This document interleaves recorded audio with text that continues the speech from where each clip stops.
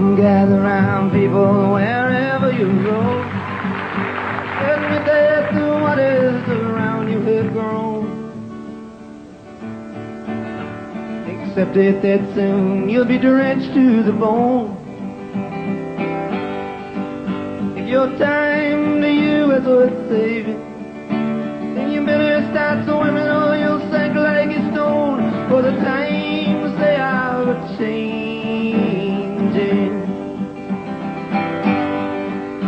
Come writers and critics who prophesize with your pen, and keep your eyes wide, the chance won't come again.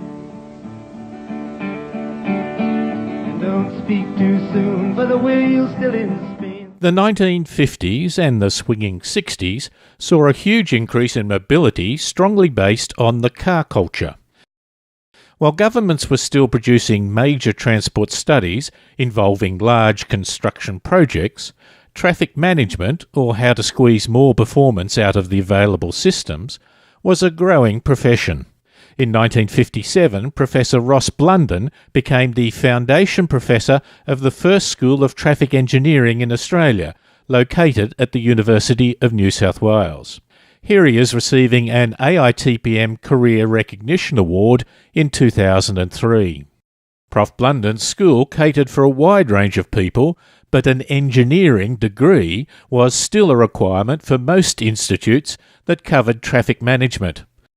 In the first half of the 1960s, a range of people started discussing the need for a new association that could embrace professionals and paraprofessionals from many areas. After a formal meeting in 1965 to form a Traffic Planning and Control Group, on the 4th of July 1966, the Australian Institute of Traffic Technology, the AITT, was constituted and held its first meeting. The membership fee was $5 a year. They were humble beginnings with handwritten minutes and no photographs taken. The first president was Bruce Sinclair. Later, Bruce received an honorary degree and an Order of Australia for his services to the industry. The secretary was Ted Huxtable, and the newsletter editor was Harry Campkin.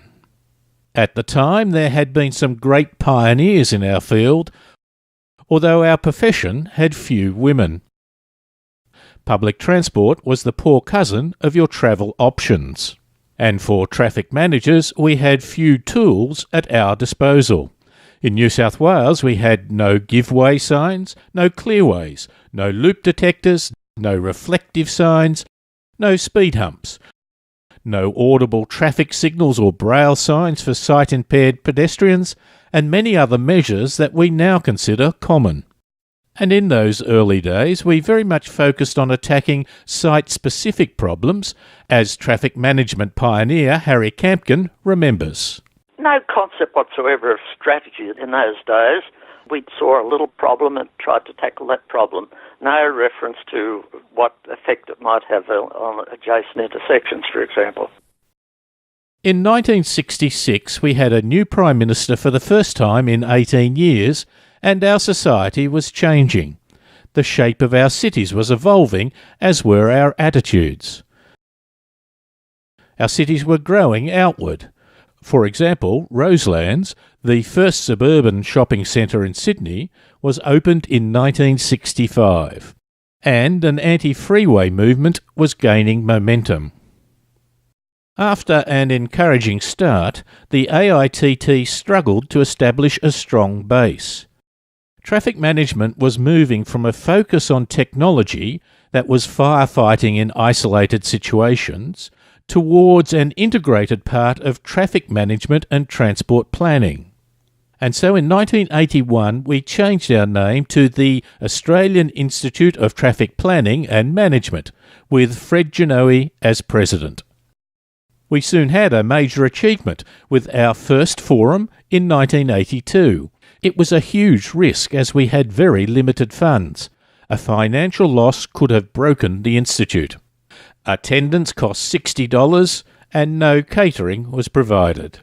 But it met a real need and was an outstanding success. The subject was local area traffic planning. It reflected the community's changing attitude to roads.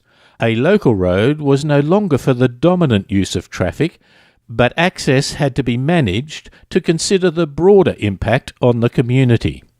That first forum has now grown into an annual national conference.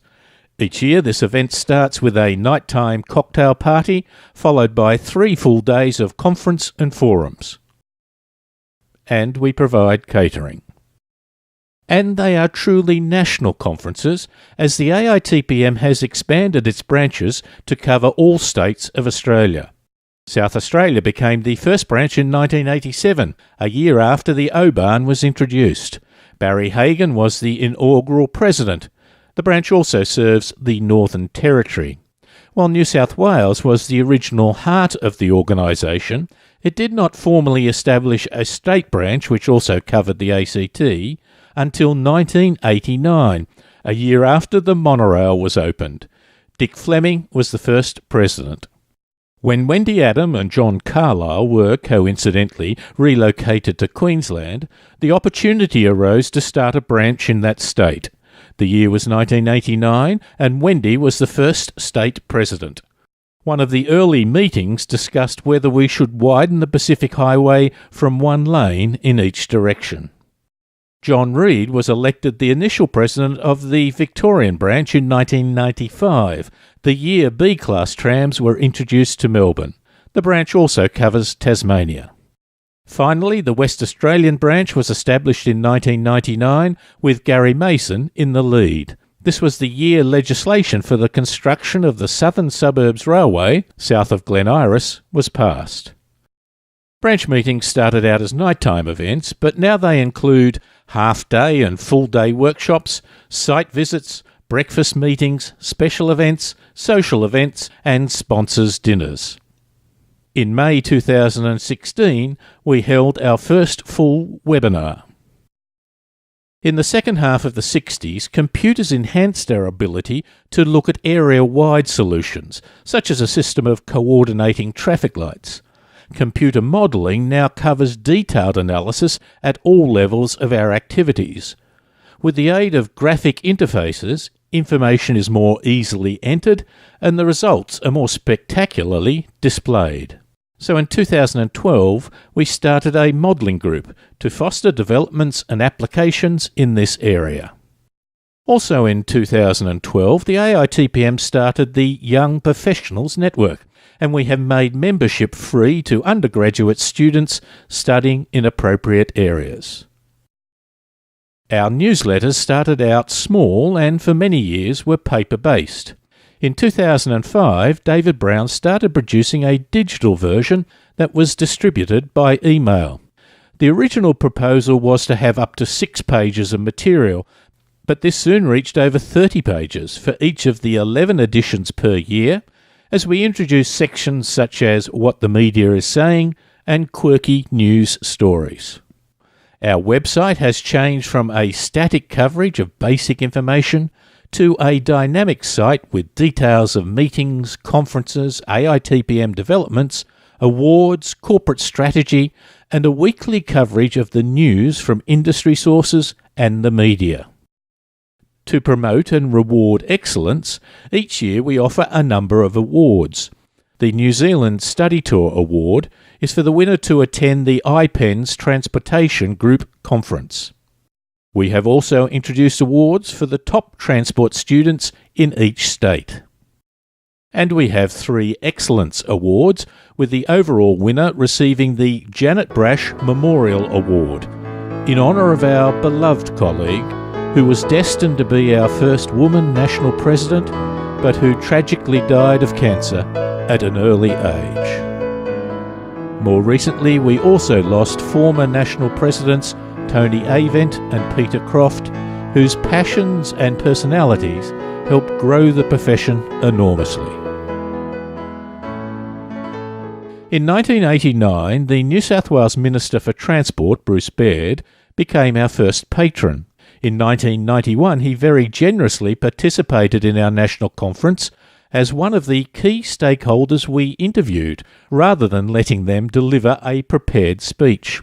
Other participants included the ABC science show presenter Robin Williams. But the AITPM is not just for formal meetings and formal information exchange. Many members have benefited from the networking, fellowship, friendships and awareness of job opportunities that the Institute affords. We have greatly benefited from industry support. The New South Wales Department of Main Roads began by supporting us with facilities and postal services. The NRMA and 3M were long-term sponsors that helped us get on our feet. On our 50th anniversary, we have 2 long-term platinum sponsors, the international consulting firm WSP Parsons Brinckerhoff and the traffic and transport data specialists Oz Traffic.